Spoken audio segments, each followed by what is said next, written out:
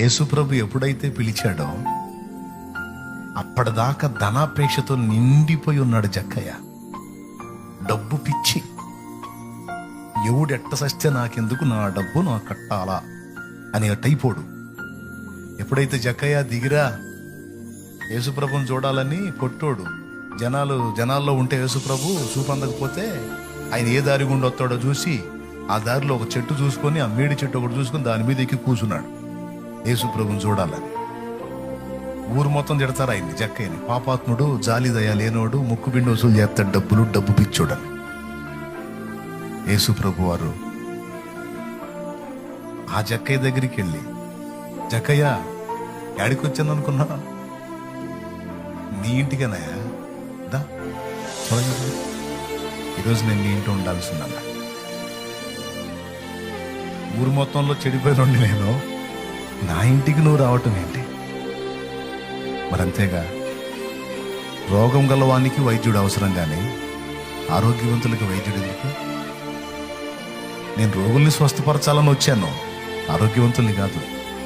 వీళ్ళందరూ ఆరోగ్యవంతులు అనుకుంటున్నారు, నువ్వేమో నేను రోగిని అని అనుకుంటున్నావు. నీ స్థితి ఏందో నీకు తెలుసు. అలా తమ స్థితి తమకు అర్థమైన వాళ్ళకి నేను అందుబాటులోకి వస్తాను.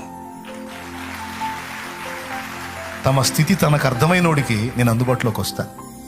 నీ స్థితి నీకు అర్థమైంది కదా, నేను నీ ఇంటికి వచ్చేదా.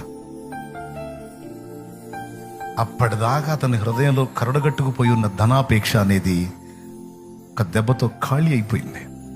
ఏమన్నాడో తెలుసా? ప్రభా, నా ఆస్తిలో సగం అమ్మి బీదలకు ఇస్తాను, మిగతా సగం నేను ఎవని వద్ద నేను అన్యాయముగా దేనైనా తీసుకునేలా అతనికి 4 గంటలు మరలా చెల్లింతునని ప్రభుతో చెప్పాను. చూడండి, ఖాళీగా ఉన్న వాటిని నింపటమే కాదు, నిండి ఉన్న వాటిని ఖాళీ చేయటం కూడా తెలుసు యేసయ్యకి. జక్కయ్య హృదయంలో నిండి ఉన్నటువంటి ఆ ధనాపేక్షను ఖాళీ చేపించి నిత్య జీవపు సారాన్ని నింపాడు. అప్పటిదాకా ఊరు మొత్తంలో చెడిపోయినోడు అన్న ఒక్క జక్కయ్య యేసు ప్రభు ఎంటర్ అవటంతో ఆ పేరు తిరగబడిపోయింది. ఊరు మొత్తంలో అట్టంటోళ్ళు లేడు. ఏందంటావు, ఏంది ఆస్తి మొత్తం సగం పేదలకు ఇచ్చాడు, సగం ఏమో తీసుకున్నోడికి 4 గంటలు ఇచ్చాడు.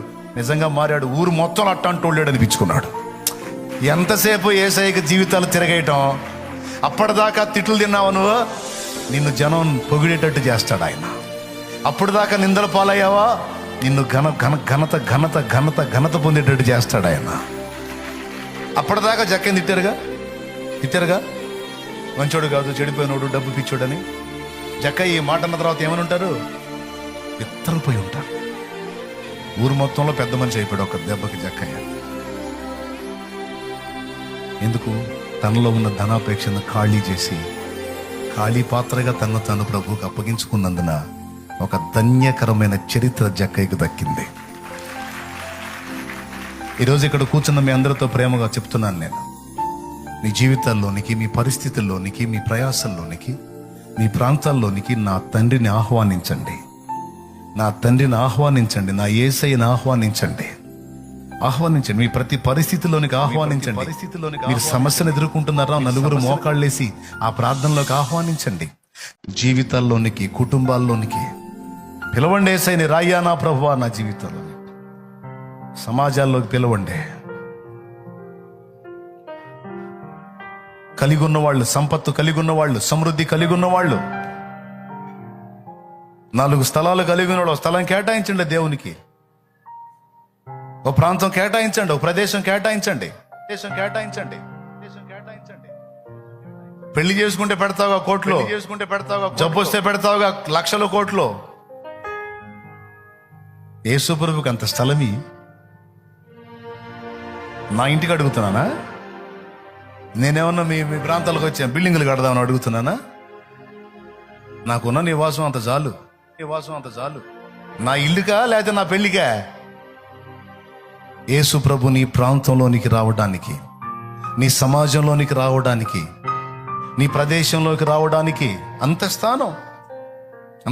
అంత మాత్రం యేసయ్య కోసం తెగించలేని భక్తి, విశ్వాసమా?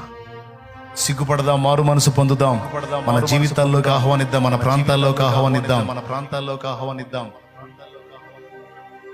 ఖాళీ పాత్రలను సమృద్ధితో నింపాడు. ఖాళీ దోణెల్ని సమృద్ధితో నింపాడు.